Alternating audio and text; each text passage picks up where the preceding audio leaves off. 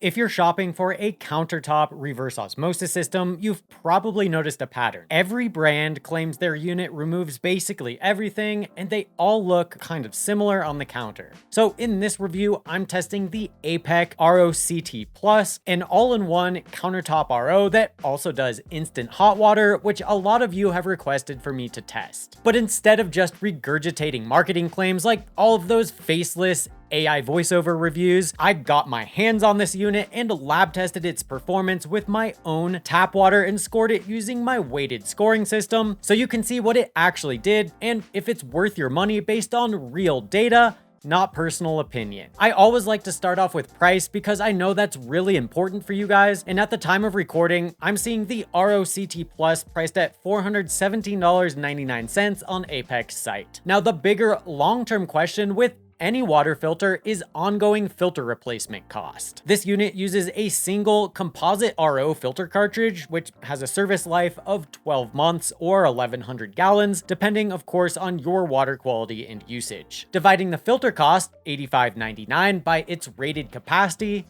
shows it provides filtered water for 7.8 cents per gallon. So that's actually the lowest cost per gallon I've come across out of all the countertop ROs I've tested so far. The ROCT Plus is designed to be plug and play, so no drilling, no plumbing, just fill the tank and you're good to go. It's got a few standout features worth knowing. First, that instant hot water functionality. There are various temperature options, including room temp up to 203 degrees Fahrenheit, with various preset temps in between. This is one of those features that sounds nice to have until you're the person making tea or oatmeal every single day and suddenly you're like, oh, I get it now. And second, efficiency. APEC claims a 3-to-1 pure to drain ratio, which it accomplishes by recirculating the wastewater in the tap water tank and refiltering it. This is much more efficient than conventional under sink ROs that can waste 3 gallons just to produce 1. Third is the purified water production and capacity. The manual lists a 75 GPD production rate and an internal purified tank with a capacity of 32 ounces. In layman's terms, it stores a decent amount of purified water and it refills automatically decently fast for this type of system after water is dispensed. And it includes high altitude settings for the hot water functionality. If you live somewhere like Colorado, that's not actually a gimmick since boiling water happens quicker at altitude. It's great that the machine settings can be updated accordingly. Now let's talk about what I like about this system. First, the ROCT Plus provided strong contaminant reduction in my testing, which is the whole reason you buy a countertop RO in the first place. Second, it's super convenient. Like I mentioned, there's no plumbing, no drilling, no difficult install. There's also that hot water on demand functionality, which many other countertop ROs don't have. And finally, setup is easy, maintenance is simple, and there's just one filter cartridge to replace, so you're not having to manage a bunch of different filters with different replacement schedules. Now for the trade-offs, and first, even though this countertop unit is, quote, easy, it's still a reverse osmosis system. And since it's not plumbed in, that means constantly manually emptying the tap water tank's wastewater when it's time and refilling it. That also means you need to keep up with regular cleaning, and it's another appliance to take up room on your countertop. Next, even though many of their other systems are,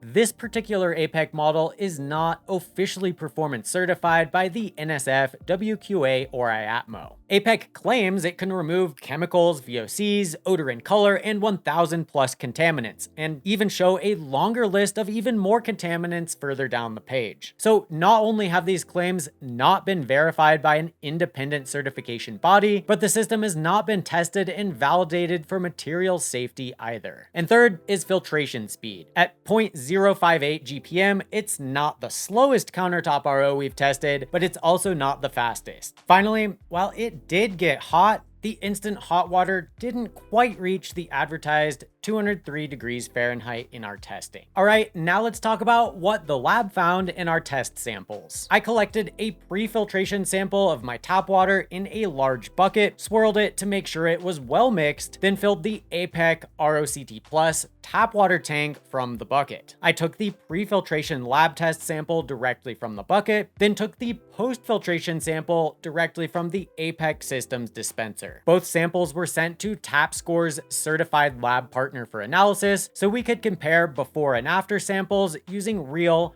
first-hand data. Before I jump into the results, if you like these types of data-driven tests and reviews and want to see me keep spending time and money to lab test more products, hit like, subscribe, and let me know down in the comments which product I should test next. I read those comments and I prioritize what I buy and test for future videos based on requests from you guys. Okay, so when I interpret the lab results, I like to use the non-enforceable but more conservative benchmarks that prioritize human health, called the HGL, rather than the legally enforceable MCLs, which don't. When we got the lab results back, we saw that our unfiltered water had a number of contaminants that pose potential health risk. Most importantly, both fluoride and uranium were present at levels above the HGL at 1.4 ppm and 0.0322 ppm respectively. After filtration, the APEC ROCT-Plus reduced the fluoride by 85% down to 0.2 ppm, and it brought the uranium down to below the reporting limit, showing a 100% reduction. All the other contaminants present were below their respective HGLs, and the ROCT Plus provided solid reduction of a number of metals and inorganics. Copper, molybdenum, nitrate, phosphorus, and zinc were all reduced to below the reporting limit. Barium was reduced by 90%, fluoride by 80%, sulfate by 82%, and strontium by just 56%. Total dissolved solids went from 138 ppm down to 29 ppm, about a 79% reduction. This includes reductions in minerals like calcium by 89%, magnesium by 87%, sodium by 67%, and carbonate and bicarbonate by 94% and 77% respectively. Because this system didn't strip out minerals quite as aggressively as some other RO systems I've tested, the pH drop was smaller too, going from 7.6 down to 7, which stays right around neutral instead of getting noticeably acidic,